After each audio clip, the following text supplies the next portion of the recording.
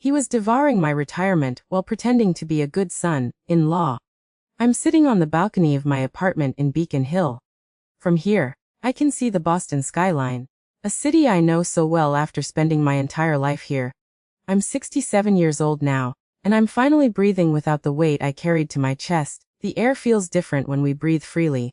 My name is Joan Baker. For 32 years, I worked for Social Security serving the public.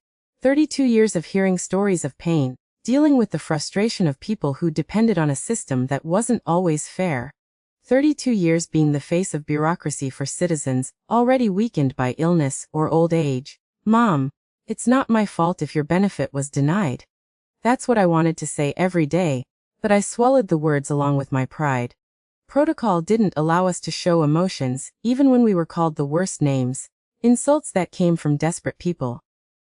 I understood, but that didn't make it easier to hear. In 1998, after an elderly man spat in my face because his disability claim had been denied, I developed panic disorder.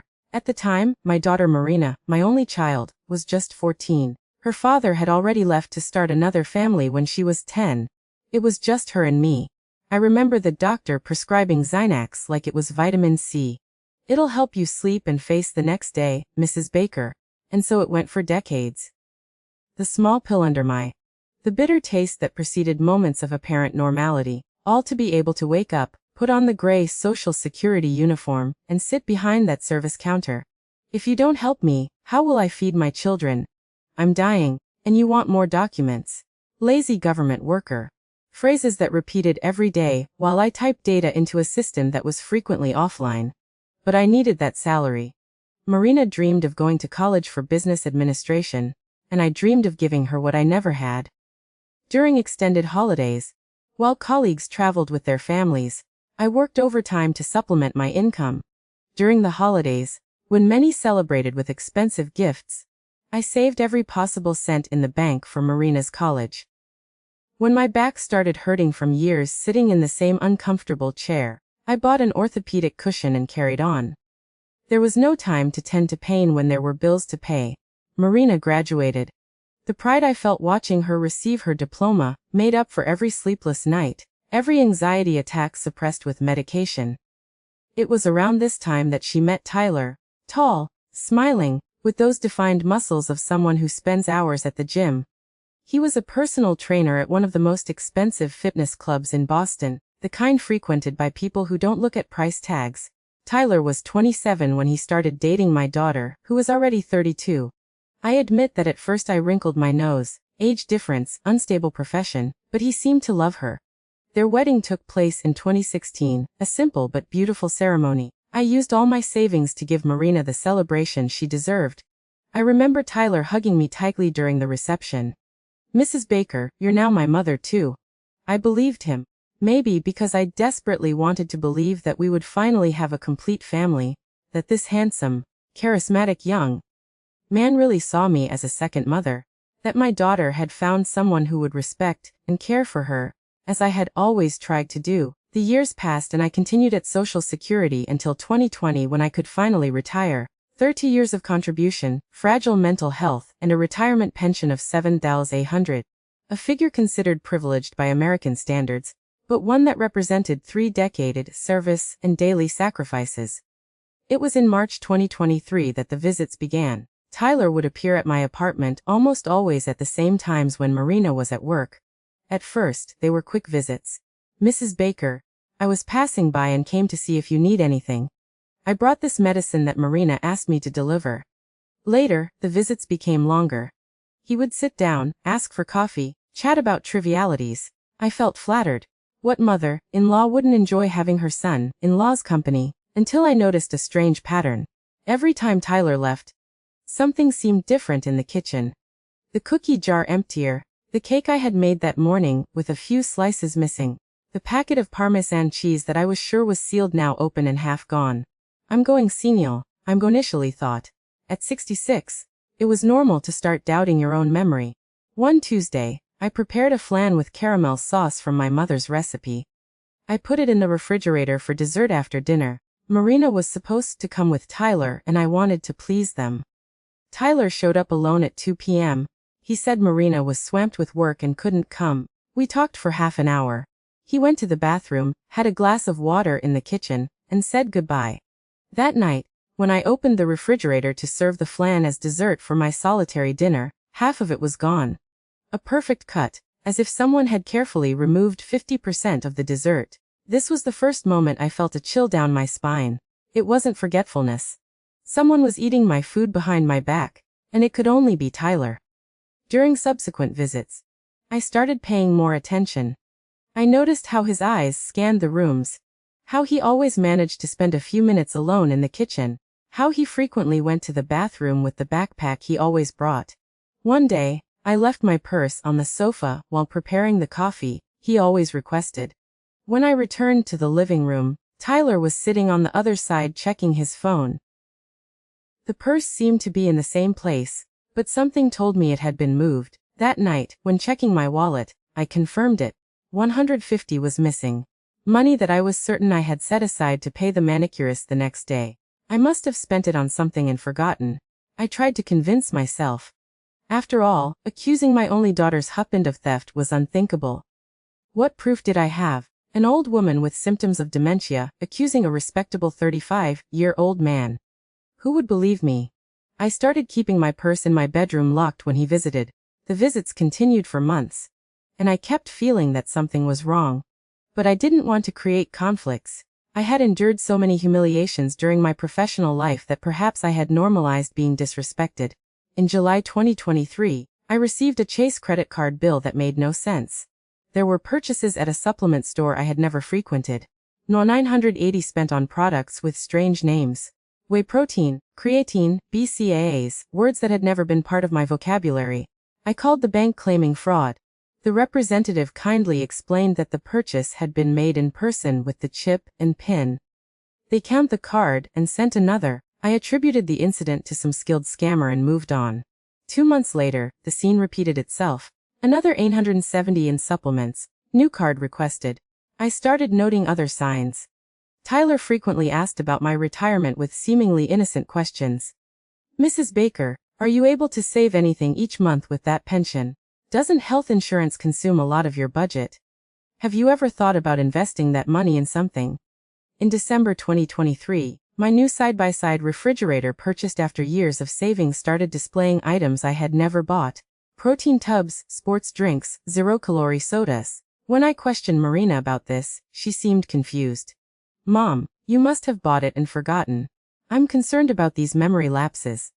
It was easier for everyone to believe I was senile than to consider the possibility that Tyler was using my house as an extension of his own.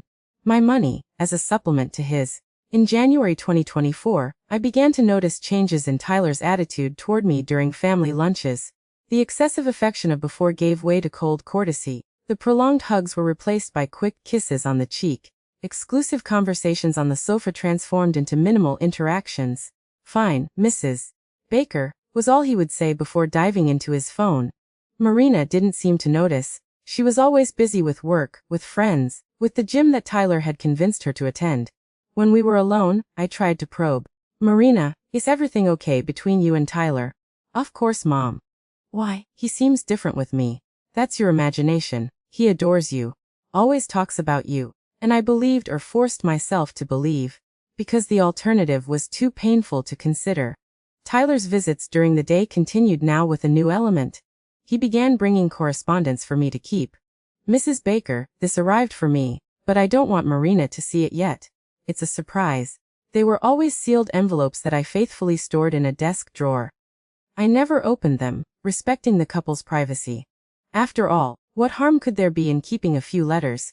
In March 2024, a year after the visits began, I received a call from the bank manager. Mrs. Baker, we'd like to confirm if you're aware of the personal loan requested in your name for $32,000. I hadn't requested any loan. I rushed to the bank where I discovered that my data had been used to start the process.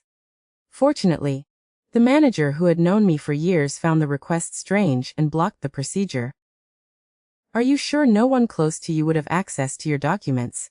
He asked gently. At that moment, the image of Tyler rummaging through my house while I prepared coffee invaded my mind, but I still wasn't ready to accept it. I thanked the manager and left the bank with the first seed of a terrible suspicion planted at home. I went to the drawer where I kept the envelopes that Tyler had asked me to store. For the first time, I opened them. It was a credit card bill in his name, but with my address as the reference for correspondence. When checking the expenses, my heart raced.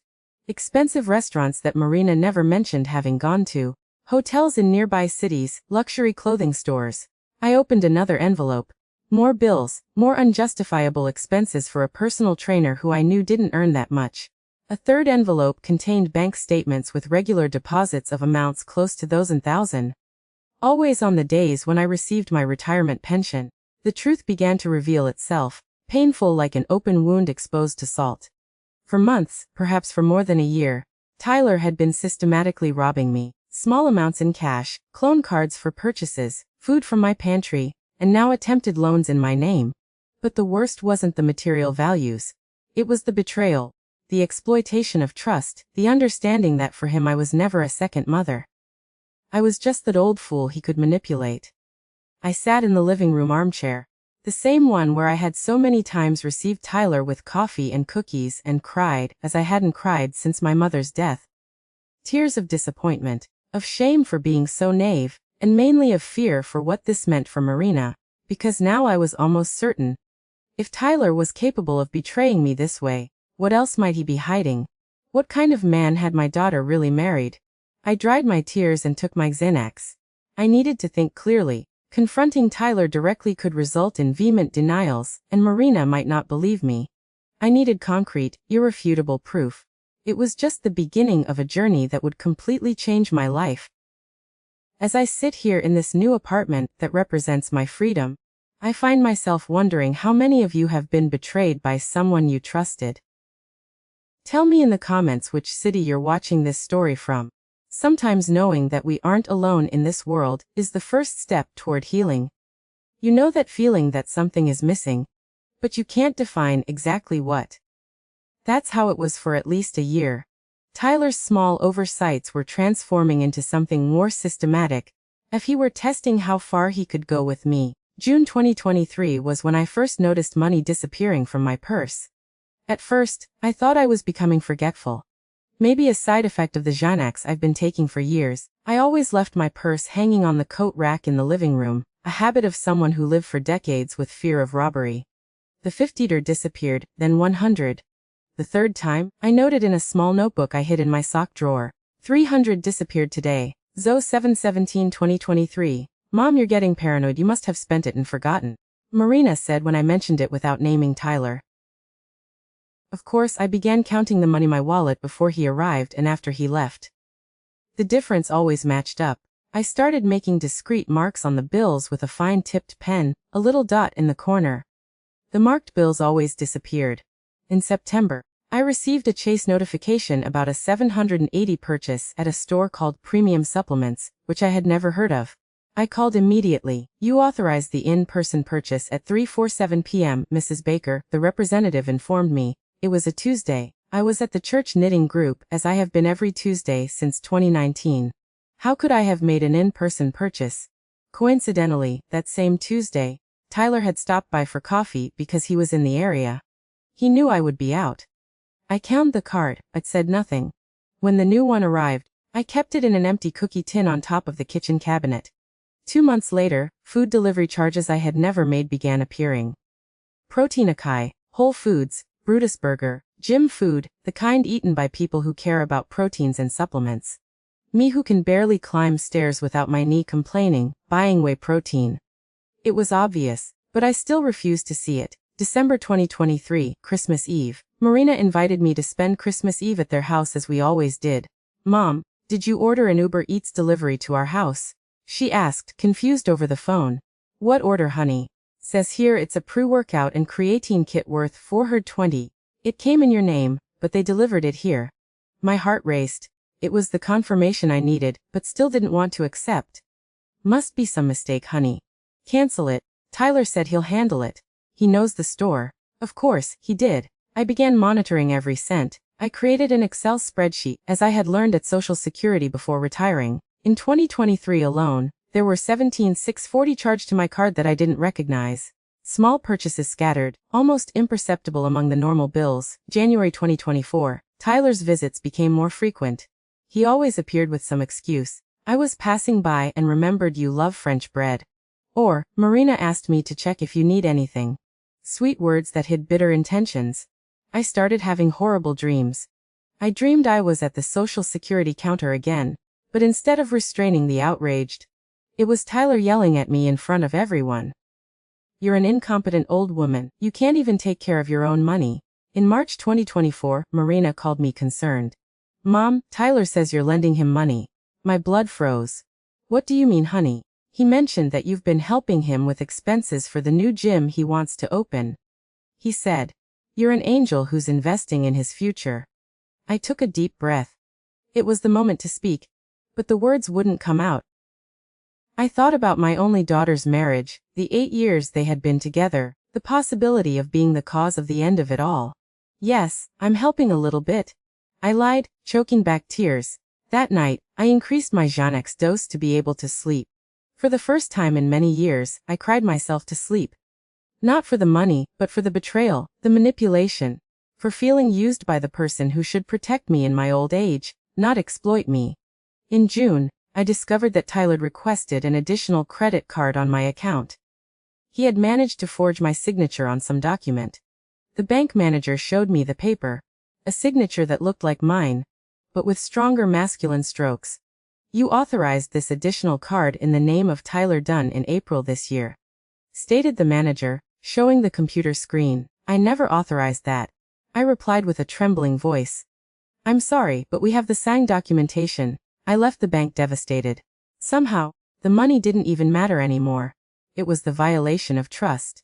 The feeling of being deceived, used, the humiliation of being considered so insignificant that I could be robbed openly. July and August were months of silent anguish.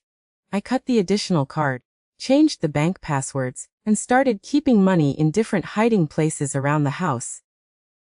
I began measuring the level of products in the refrigerator. I took photos with my cell phone of the exact position of my things before leaving to confirm if they had been moved when I returned. On a Sunday afternoon, Marina called excitedly. Mom, Tyler is planning a surprise for his birthday in October. It's going to be at the Boston Harbor Hotel. He's already booked the hall for 180 people. We're so happy. I quickly did the mental math. An event like that would cost at least $40,000. Where would this money come from? Tyler, with his neighborhood gym and a few private clients, never had that kind of income. Marina, an administrative employee at a laboratory, earned well, but not enough to finance a party of this size. How wonderful, honey, I replied with a lump in my throat. After hanging up, I opened the bank app. There was a recent transfer of $15,000 to an account I didn't recognize. The description simply said, "Vent reservation." I felt my chest tighten. My $7,800 retirement, the fruit of 32 years serving people who weren't always kind, was feeding my son-in-law's vanity. Then came September 19, 2024, a Thursday. I will never forget it. I was at C. Peeply Place looking for a gift for a friend from the knitting group when I received an email from Chase. Payment receipt. Boston Suites Motel, 420. I stood paralyzed in front of the Tiffany storefront, staring fixedly at the cell phone screen. A motel with my card. I quickly opened the app and there it was, a purchase made exactly at 20:22 p.m. that same day. Marina was working, I was at the mall, and Tyler, something inside me exploded. It wasn't just the money. It was the clear crystalline perception that he wasn't only robbing me financially, but was also cheating on my daughter, using my money to finance his extramarital adventures. I felt the air leave me. My vision started to darken at the edges like an old photograph slowly burning. The people around me became colored blotches, their voices distant as if they were underwater. Ma'am, are you okay? I heard someone ask, the voice distorted. I couldn't respond. My breathing accelerated uncontrollably like a broken engine. My legs lost their strength and I slid to the floor, still clutching my cell phone. Call security, I think it's a heart attack, a woman shouted. It wasn't my physical heart that had broken, but something deeper. The trust, the dignity, the self-respect that I still tried to preserve. The mall's security arrived quickly. Someone called an ambulance. I vaguely remember being placed on a stretcher, the sound of the siren, the lights of the hospital ceiling passing quickly above me as I was transported down the corridor. Massachusetts General Hospital. Diagnosis: severe anxiety attack with hyperventilation, blood pressure 181/10. Do you take any medication regularly? The doctor asked. Xanax since 1998. I managed to answer between labored breaths. They kept me for hours monitoring my vital signs while the intravenous medication took effect. As my body calmed, my mind became clearer, more determined. Lying in that hospital bed with a heart monitor beeping beside me, I made a decision. I would no longer be the old fool. I would no longer be eaten from behind. Neither my money nor my food nor my trust. Marina appeared at the hospital frightened. Mom, what happened? They called me saying you had an attack at the mall. High blood pressure, honey. Nothing serious. I lied, protecting her for now. Where's Tyler? At the gym giving a class. He said he'll come as soon as he can. Of course he did. He was probably still at the Boston Suites motel, spending my money in the arms of another woman, while I was in a hospital bed, and his wife, my daughter, worried at my side. I was discharged the next morning. Marina insisted that I stay at their house for a few days. I vehemently refused. I need my space, honey. My house, my things. I'll be fine. She didn't understand my resistance, but respected it. Upon arriving home, the first thing I did was sit down at the computer. I needed answers, concrete proof. I accessed the Chase website and requested all the statements from the last 18 months. One by one, I began analyzing each purchase, each transaction. I created a new, more detailed spreadsheet. I separated by categories: gym, supplements, restaurants, motel. Yes, motel. It wasn't the first time. There were at least 11 visits to different motel in Boston in recent months. Always at strange hours, always on weekdays. The monthly average of unauthorized expenses: $200. Money that would have paid for the good health insurance that I so needed for my knees. Money that I could have used to travel to see places I had always dreamed of. Money that I had earned serving desperate people for their benefits, facing insults and threats for 32 years. And the worst part wasn't the money. It was knowing that while I suffered silently, so as not to cause problems in my daughter's marriage, Tyler wasn't just robbing me, but also cheating on Marina. He used my money to finance his betrayals. That night, looking at the spreadsheets with more than $75,000 of fraudulent expenses accumulated, I understood that I was facing a choice. Continue to be consumed by shame and fear, or transform this pain into something more powerful. I looked at the 30-year public service medal hanging on the living room wall. I remember all the challenges I had faced alone. Raising Marina without a present father, dealing with threats from angry beneficiaries, enduring tyrannical bosses, surviving several Social Security reforms that always took away more rights. If I had survived all that, I would survive an opportunistic son-in-law. The next morning, instead of increasing my Xanax dose, as I did in times of crisis, I halved it. I needed a clear mind. Controlled anger, indignation as fuel, not as an uncontrolled explosive. Tyler appeared in the afternoon with a bouquet of cheap flowers, probably bought at a street corner. Dear mother-in-law, how are you feeling? Marina told me about the scare. I looked at him. Really looked at him. The perfectly arranged hair, the tight gymmed shirt to show off his muscles, the fake smile that never reached his eyes. How could I have been so blind for so long? I'm better, Tyler. Thanks for your concern. You need to take care of yourself. At your age, any scare can be dangerous. At my age, as if my 67 years were a death sentence, a justification for treating me as disposable. As if my age were an excuse to abuse my trust, my money, my kindness. You're right, Tyler. At my age, we need to be more careful. He didn't even catch the double meaning. Narcissistic people rarely perceive indirect messages. If you need anything, we're here. By the way, you're coming to my birthday, aren't you?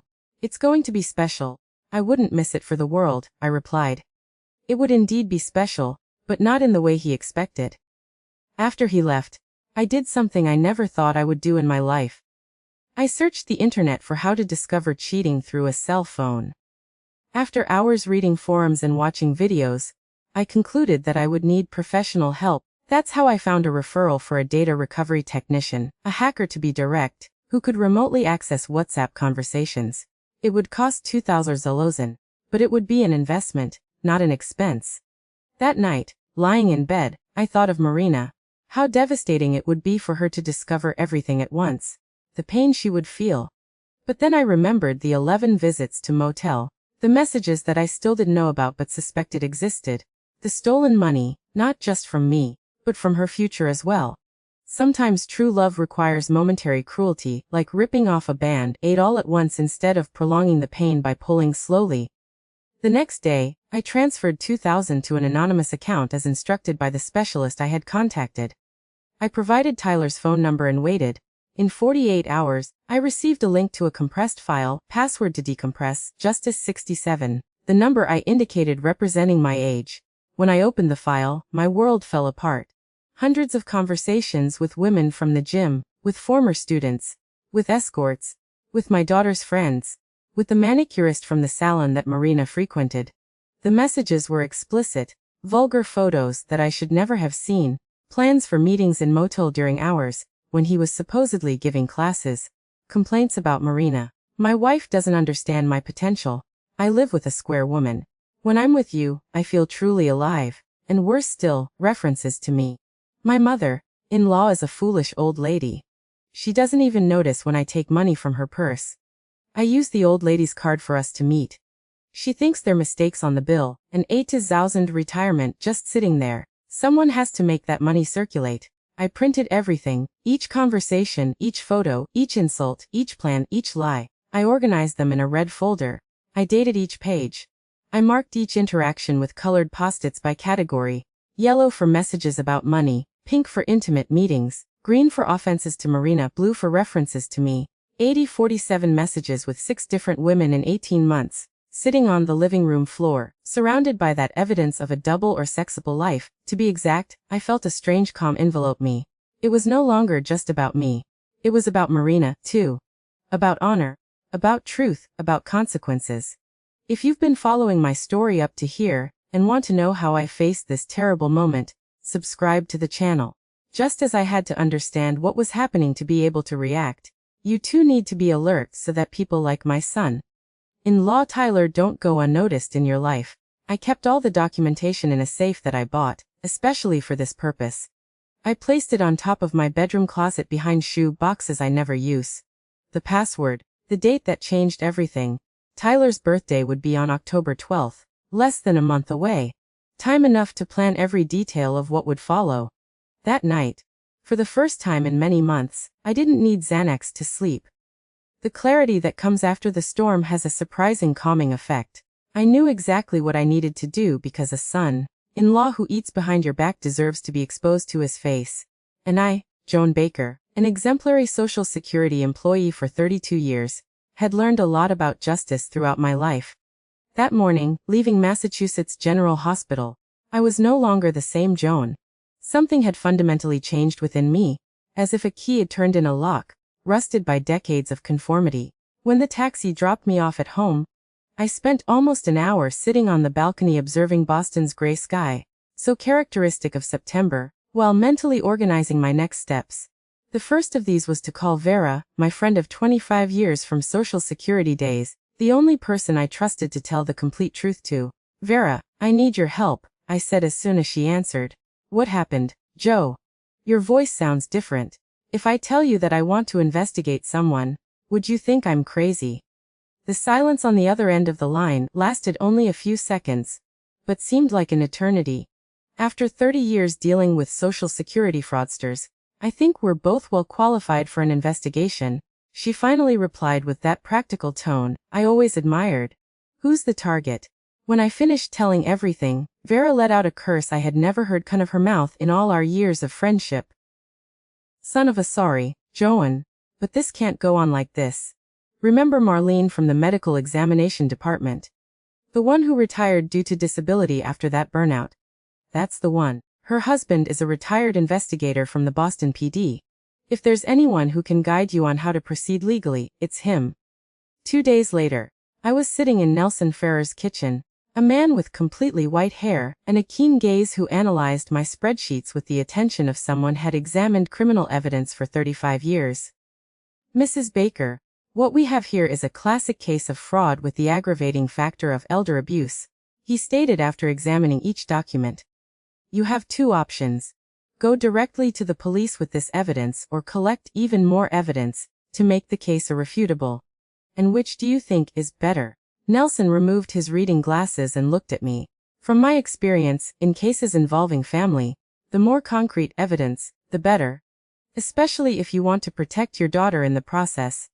It was Nelson who guided me on how to proceed with hiring the specialized service to access Tyler's messages. He explained that technically it was a gray area of the law, but that considering the crimes already committed against me, it could be justifiable in court, as the last resort of a vulnerable elderly person being systematically exploited. I'm not officially recommending it, understand? He explained. I'm just saying that I've seen judges consider this type of evidence in similar cases, especially when there's a documented history of previous attempts to resolve the situation. To create this documented history, Nelson helped me draft formal letters to the bank questioning suspicious transactions, file a police report for theft without mentioning names, and consult an attorney specialized in crimes against the elderly. Dr. Paul Mendez, the attorney recommended by Nelson, was another fundamental piece in this puzzle. In his office in Beacon Hill, he guided me on the Elder Justice Act. Mrs. Baker, what's happening to you constitutes financial elder abuse with a penalty of 1 to 4 years in prison, he explained, adjusting his navy blue tie. But I understand your hesitation to expose your daughter to this trauma. Let's build a solid case before any judicial action. I left these meetings with strengthened confidence, not just from the professional guidance, but from the simple fact that qualified people confirmed. I wasn't exaggerating, I wasn't senile. I wasn't confused. What Tyler was doing was wrong. It was criminal, and I had the right to defend myself. During the following weeks, my house transformed into a veritable operation center. In the bedroom that was once Marina's and now served as my office, I assembled a board with all the information I could gather about Tyler. Photos of him on social media with gym students, screenshots of his Instagram stories visiting expensive places, receipts for purchases made with my card that I managed to recover. In an Instagram post from April 2024, I found Tyler posing with a Rolex watch that certainly cost more than $30,000. In the caption, working hard and reaping the rewards. What hard work would pay for that watch? Certainly not the 120 per hour classes he charged at the neighborhood gym. It was during this period that I met Jessica, a former student of Tyler's who had stopped frequenting his gym after an inappropriate approach. Finding her was pure coincidence or destiny if you believe in that. I was at the pharmacy buying my Xanax when I heard her comment to the attendant about that disgusting personal trainer from Back Bay. I couldn't help but approach. Excuse me, are you talking about Tyler Dunn? Her gaze hardened instantly. You know him. Unfortunately, he's my son-in-law. Jessica hesitated, clearly uncomfortable. I'm sorry, I didn't mean to be disrespectful. Don't worry. I think we have more in common than you might imagine. We had coffee together that afternoon. Jessica, 28, a physical therapist, had been Tyler's student for 6 months until he started sending suggestive messages late at night, offering free private training sessions. When she clearly rejected him, he started treating her badly at the gym, criticizing her in front of other students until she gave up frequenting the space. I discovered later that I wasn't the only one, she recounted, nervously stirring the spoon in her coffee. He has a pattern. He approaches students. If they respond, it becomes an affair. If they reject him, he makes their lives hell until they quit the gym. Jessica introduced me to 2 other women who had gone through similar situations. Camila, 32, a lawyer, and Patricia, 26, a nutrition student. Both confirmed the same predatory pattern of behavior. He acts like the gym is his personal harem. Camila confided during a lunch I organized for all of us, and he brags about it among the other instructors. One of them, Renato, even resigned because he couldn't stand his attitude anymore. This Renato became another valuable source of information. A serious 30-year-old man, indignant at his former colleague's behavior, told me about the parties Tyler organized in expensive motel, always flaunting money that clearly didn't match his declared salary. He always said he had a cash cow that financed everything, revealed Renato without knowing that the cash cow in question was me. He would show the black credit card and laugh, saying the old lady didn't even notice. Each new account was like a knife being twisted in my wound. But it also served as fuel for my determination. It wasn't just about me now. It was about all these people that Tyler had manipulated, used, discarded. In the second week of October, with Tyler's birthday approaching, I received the file with the WhatsApp messages I had requested. The content was even worse than I had imagined. Besides the 6 women with whom he maintained parallel relationships, there were conversations with friends where he openly mocked Marina and me. My fool of a wife thinks I'm giving an extra class. Lol. My mother-in-law is a walking ATM man. No pin, just take it. When the old lady kicks the bucket, I'll convince Marina to give me part of the inheritance for sure. The most shocking thing was discovering that he planned to put me in a nursing home as soon as Marina got pregnant. When a child comes, I'll convince Marina that her mother needs special care. We'll put her in a cheap nursing home and sell the old lady's apartment.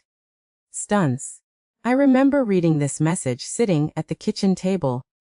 With the afternoon sun coming through the window, I sat paralyzed looking at the computer screen while a cold hatred grew inside me. It wasn't just my money he wanted. It was my house, my freedom, my dignity. That night, I couldn't sleep. I kept analyzing each message, each photo, each lie. The anger gave way to a calculated calmness that I had never felt before. I took a new notebook and began writing a detailed plan. In the following days, I did 3 important things. First, I transferred all my savings to a new bank account that I opened at another bank. Second, I consulted an attorney specialized in real estate law to ensure that my apartment was legally protected. Third, and most importantly, I began researching audiovisual technology companies that could help me with what I planned for Tyler's birthday party. Prism Projections, a small company specialized in corporate events, was my choice. Raphael, the young owner, initially hesitated when I explained my plan. Mrs. Baker, I understand your situation, but we don't want to get involved in something that could generate a defamation or privacy invasion lawsuit. He explained, concerned. That's when I showed him a small selection of messages where Tyler explicitly admitted to robbing me. This isn't an exposure of privacy, Raphael. It's an exposure of a crime. After consulting his attorney, Raphael accepted the job with the condition that I sign a term assuming all legal responsibility for the content presented. The logistics of the plan required several discreet visits to the Boston Harbor Hotel.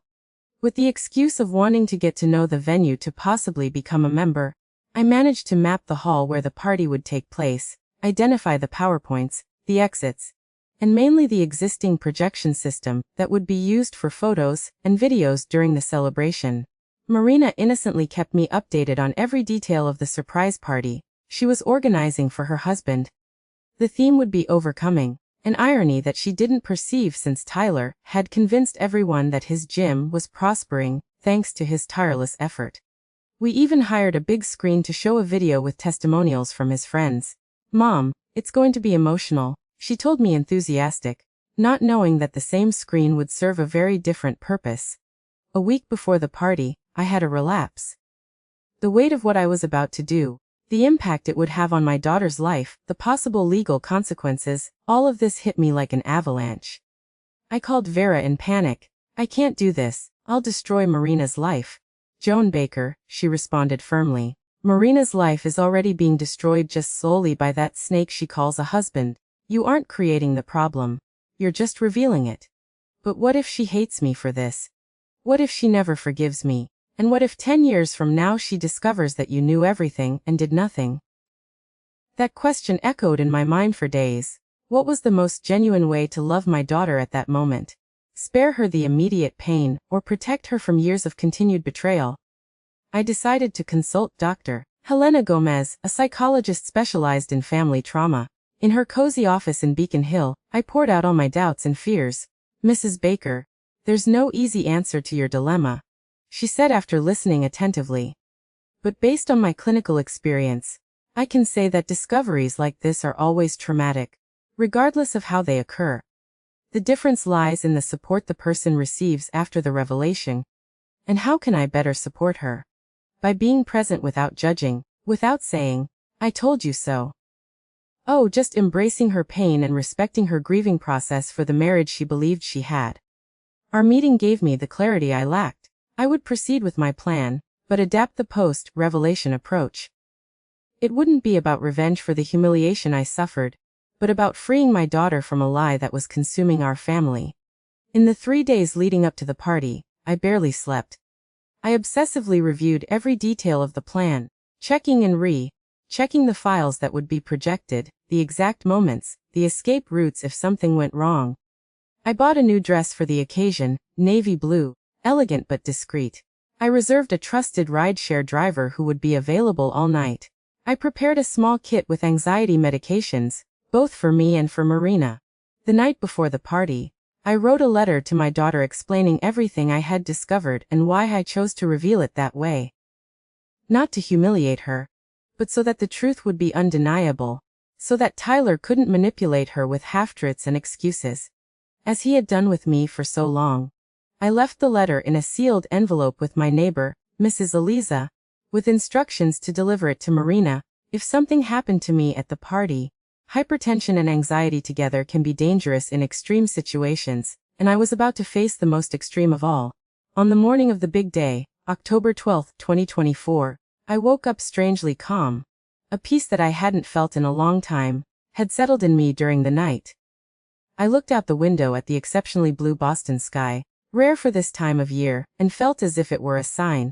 I took my 30-year service medal and put it in my dress pocket, not to display it, but as a talisman, a reminder that I had faced challenges before and survived. When the clock struck 6:30 p.m., I was ready, physically, emotionally, psychologically prepared for what would follow. I looked at myself in the mirror one last time, and didn't see a fragile elderly woman a victim. I saw a determined woman ready to restore her dignity and protect her daughter from the same pain she had suffered. The driver arrived punctually at 7:00 p.m. In the back seat of the car, I took a deep breath and visualized each step I would take in the coming hours. The plan was in motion. There was no turning back. To the Boston Harbor Hotel, please, I instructed the driver, my voice firm and decided. As the car crossed the illuminated streets of Boston, I felt as if I were on my way not just to a party, but to a tribunal, a judgment where the truth would finally be exposed in all its rawness. Tyler Dunn had no idea what awaited him that night, but I knew. And that knowledge, after months of being manipulated and exploited, gave me a power that he would never suspect I possessed. I needed a lot of courage to do what I did next. If you're enjoying this story of overcoming, hit the bell icon to be notified when we publish new stories of people who, like me, got tired of being stepped on and decided to value themselves. Arriving at the Boston Harbor Hotel, I was received by the maitre, who, checking my name on the list, led me to the main hall. The decoration was exuberant, gold and black balloons, a candy table worthy of a wedding, and a giant banner with Tyler's photo and the words, 35 years of overcoming and success. Marina came to receive me, radiant in her red dress. Mom, I'm glad you came early. Tyler should arrive in half an hour. We're all hidden for the surprise. I hugged my daughter with more force than usual, knowing that it would be the last hug before everything changed between us. She found it strange, but attributed it to the emotion of the moment. You look beautiful in that dress, she commented, adjusting my necklace. Come, let me introduce you to Tyler's parents, who came from Rhode Island especially for the party. Meeting Marina's in-laws was more difficult than I imagined. Tyler's father, Mr. Edward, had the same superficial smile as his son. His mother, Mrs. Regina, seemed genuinely kind, which made everything even more complicated. Joan, we finally meet. Tyler always speaks wonders of you, said Mrs. Regina, holding my hands between hers. I smiled politely, wondering if she would know her son's true character, or if she was also deceived by that facade. Gradually, the hall filled up. Gym friends, distant relatives, Marina's co-workers. I recognized some people from the photos I had analyzed, including two of the women with Tyler maintained parallel relationships, one of them accompanied by her husband. At 8:45 p.m., the lights went out. Raphael from Prism Projections discreetly located me in the hall and gave a positive nod. Everything was ready. I had given him a flash drive with 2 files. The first contained a harmless video of photos of the birthday boy that would be displayed when Tyler arrived. The second, programmed to start exactly at 9:30 p.m., during the main toast, contained a collection of messages, photos, and confessions. Surprise! Everyone shouted when Tyler entered the hall, guided by his best friend, who was in charge of bringing him there. The expression of genuine shock on his face quickly gave way to that rehearsed smile that I already knew so well. He hugged Marina, greeted his parents, waved to the guests. A perfect surprised host at a party he secretly already knew would happen. Marina was never good at keeping secrets. The first video began playing on the big screen. Photos of Tyler as a child, teenager, graduating in physical education, opening his first gym, marrying Marina. An emotional soundtrack accompanied the images, drawing ooh-ahs from the guests. While everyone watched, hypnotized, I strategically positioned myself near the main table, from where I would have a clear view of both the screen and the reactions of Tyler and Marina. The first 45 minutes of the party went by normally. People toasting, taking photos, praising the organization. Marina circulated radiantly among the guests, proud of the event she had prepared with so much care for the husband she believed she loved and knew. At 9:25 p.m., the master of ceremonies called everyone for the main toast. Champagne flutes were distributed. Tyler went up to the small improvised stage, pulling Marina by the hand. His parents joined them. The best man prepared to give a speech. My heart was beating so hard that I felt it could be heard, even with the ambient music. My right hand squeezed the metal in my dress pocket like an anchor that kept me firm in the storm I was about to unleash. 9:30 p.m., exactly. The screen that displayed photos from the party suddenly went dark to the confusion of the official event technician. Seconds later, the first WhatsApp message between Tyler and a woman identified only as the one from the gym appeared. My wife traveled for work. Come to my house today. There's champagne in the mini fridge and a king-sized bed waiting for you. A confused murmur ran through the hall. Tyler, still on stage, frowned, clearly not understanding what was happening. Marina looked at the screen and then at her husband, as waiting for him to explain the joke she didn't understand. Before anyone could properly react, the sequence continued. Message after message, screenshot after screenshot, explicit conversations, arrangements for meetings, intimate photos sent and received, and then like a fatal blow, the messages where Tyler talked about me. The old lady is so clueless that she doesn't even notice when I take her card. I spent $2,800 from my mother-in-law's card yesterday, and she doesn't suspect a thing. When I need more money, I just show up at her house with a smile and a French bread. Works every time. Chaos ensued. Women identified themselves in the exposed conversations. Husbands recognized their wives in the messages. Marina, paralyzed on stage, had her face transformed by the sudden and brutal understanding of what she was witnessing. Tyler, initially astonished, jumped toward the control table, shouting to turn off the projection, but Raphael had blocked the system as planned. The 6 most devastating minutes of the most expensive birthday party Boston had ever seen, ironically paid for with money stolen from me, unfolded in all their vindictive glory. When the last message disappeared from the screen, this old lady will still be useful for something else, before she kicks the bucket. The hall was almost empty. Many guests had left horrified. Others remained paralyzed, unable to process what they had witnessed. Marina had fallen seated in a chair, her face washed in tears, while her mother-in-law tried uselessly to console her. Mr. Edward was furiously arguing with his son in a corner, gesturing to the now empty screen. The few loyal friends of Tyler surrounded him, trying to create a protective cordon against the accusing looks of those who remained.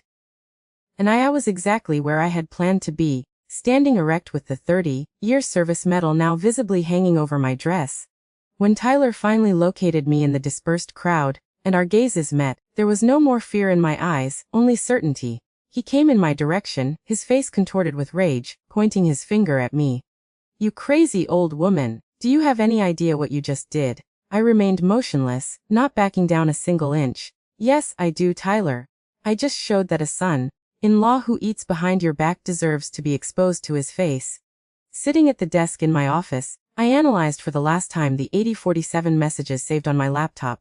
3 weeks of meticulous work, cataloging each betrayal, each expense, each lie. The evidence was organized in chronological sequences with emphasis on the most explicit ones. I took a deep breath. Today's the day, I thought, closing the computer and looking at the calendar. October 21, 2024, Tyler's 35th birthday. The golden invitation to the party at the Boston Harbor Hotel was next to my 30-year service medal. Marina had insisted that I go, saying it would be good for my recovery to get out a little. She still believed that my hospitalization at Massachusetts General had been just an anxiety attack without a specific reason. I dressed with special care, a navy blue dress, Discreet yet elegant. Pearl earrings that I bought with my first salary at Social Security, red lipstick, a color I'd had the courage to use before. In the mirror, I saw a different woman from the one who for decades accepted being invisible. I called the audiovisual technician I had hired. Fernando confirmed that he was already at the hotel preparing everything as we had arranged. Are you sure you want to do this? He asked hesitantly. I am. A son-in-law who eats behind your back deserves to be exposed to his face. I arrived at the Boston Harbor Hotel at 7:40 p.m. The grand ballroom was decorated with sophisticated arrangements in black and gold tones. A large banner announced Tyler, 35 years, celebrating achievements. Ironic, Marina came to receive me at the entrance, radiant in her red dress. Mom, I'm glad you came. Are you feeling better? I smiled. I've never been better, honey. Tyler greeted me with that fake hug that now nauseated me. Dear mother-in-law, what an honor to have you here. I observed his eyes, no trace of guilt or shame, just the unshakable confidence of someone who has never been discovered. I wouldn't miss it for anything, Tyler. By the way, I prepared a special surprise for you. He smiled, always so generous. What is it? Something you've deserved for a long time. During the next hour, I'd circle the hall, observing 180 guests, gym friends, fellow personal trainers, wealthy clients he courted, family members.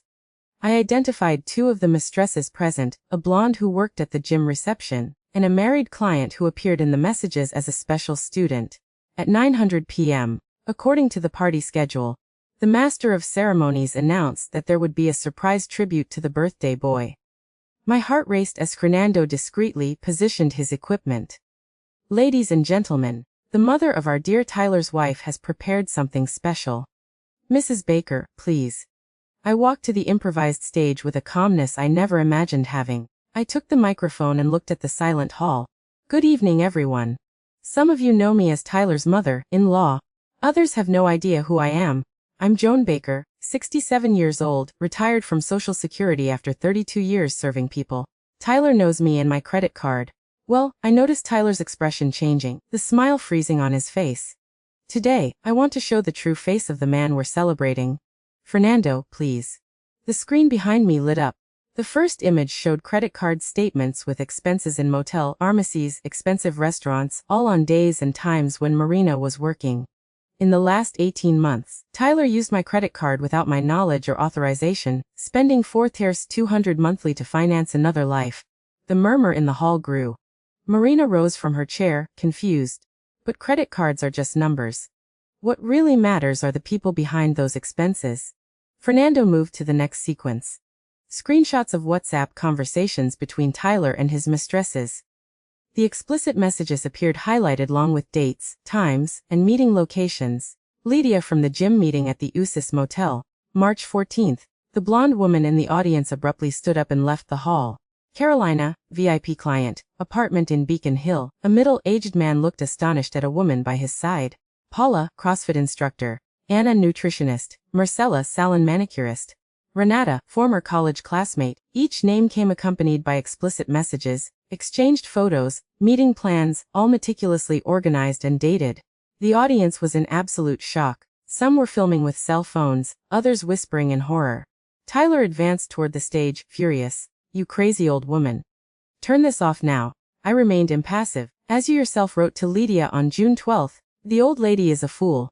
Doesn't notice anything. Well, seems like the old lady wasn't such a fool after all.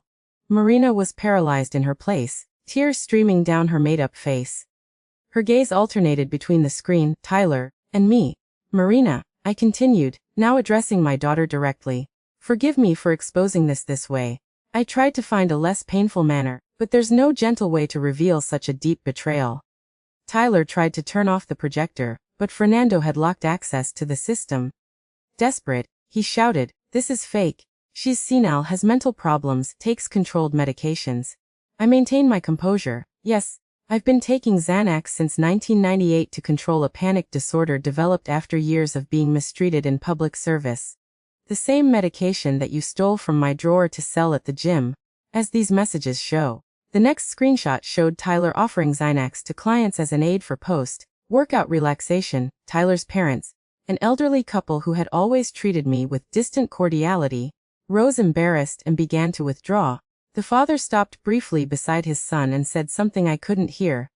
At this moment Marina finally reacted. She walked slowly to the stage, passing by Tyler without looking at him. She climbed the steps and stood by my side. She took the microphone from my hand. The party is over. I ask everyone to leave. The hall began to empty rapidly. Some guests stopped to express solidarity with Marina. Others left in embarrassed silence. The two mistresses present had already disappeared. Tyler remained paralyzed in the middle of the hall, his world crumbling around him. When the last guest left, only the three of us remained along with Fernando, who discreetly turned off the equipment and left after a brief nod to me. Marina looked at Tyler for the first time. I want you out of the apartment by tomorrow. My lawyers will be in touch. He tried to approach. Marina, I can explain. Explain what? How you robbed my mother. How you betrayed not just me but her trust too. How you used our marriage as a facade while living another life. I looked at my daughter with admiration. She had always been strong, but at that moment she showed a dignity that filled me with pride. And you? She turned to me. Why didn't you tell me before? I only discovered it 3 weeks ago. I needed to be sure, gather evidence, and I feared your reaction. I was afraid you wouldn't believe me. She held my hands, tears still streaming. I would always believe you, Mom. We left together, leaving Tyler alone in the empty hall, surrounded by the remains of his birthday party and the wreckage of his double life. In the weeks that followed, our lives completely transformed. Marina initiated the divorce process and discovered that Tyler had incurred significant debts in her name. She temporarily moved back to my apartment where we faced nights of crying and reflection together. How did I not notice anything? She repeatedly asked herself. Because trust doesn't come with a lie detector. I would answer, holding her hand. With the money I had saved for years, the same money Tyler tried to squander, I decided to take a bold step. At 67 years old, I bought a smaller but elegant apartment in Beacon Hill, Boston's most expensive neighborhood, a symbol of my late independence. Are you sure, ma'am? Questioned the realtor, clearly doubting that a gay-haired lady could afford a property in that area. I'm 67 years old. I worked for 32 years at Social Security. I raised my daughter alone and survived a parasitic son-in-law. I'm more sure of this than any other decision I've ever made. Marina decided to follow a similar path. She sold the apartment she shared with Tyler and accepted a job offer in New York. I need to start over, Mom. Build something new away from the memories. On the day of her move, we had coffee on the balcony of my new apartment, admiring the view of the elegant neighborhood that I now called home. You know, Mom, since childhood, I always thought I needed to take care of you, that you were fragile, vulnerable. Now, I see that you were always the stronger of us, too. I smiled, thinking about how life takes unexpected turns. No one is strong all the time, honey. I allowed myself to be used because I didn't value myself. I believed that my role was just to serve, help, be useful. I had to reach 67 to understand that I deserve respect and consideration. What will we do about the case against Tyler? The lawyer said we can seek reimbursement for the credit card expenses. I reflected for a moment. The money was important when I thought I had no choice. Now what I value most is my peace. He'll have to live with the public consequence of his actions. For me, that's enough. 3 months later, I received the first photo of Marina in New York, smiling in her new office with the city in the background. On the same day, I heard from an acquaintance that Tyler had left Boston, unable to rebuild his professional reputation after the scandal. Today, sitting on the couch in this apartment that represents my liberation, I look at the 30-year public service medal hanging on the wall. Next to it, I placed a small frame with a quote I read somewhere and never forgot. It's never too late to start over. My home now has simple rules. No one eats anything without permission, whether it's food in the refrigerator or dreams I've kept for decades. I learned that at 67, I can still reinvent myself, establish boundaries, and live with dignity.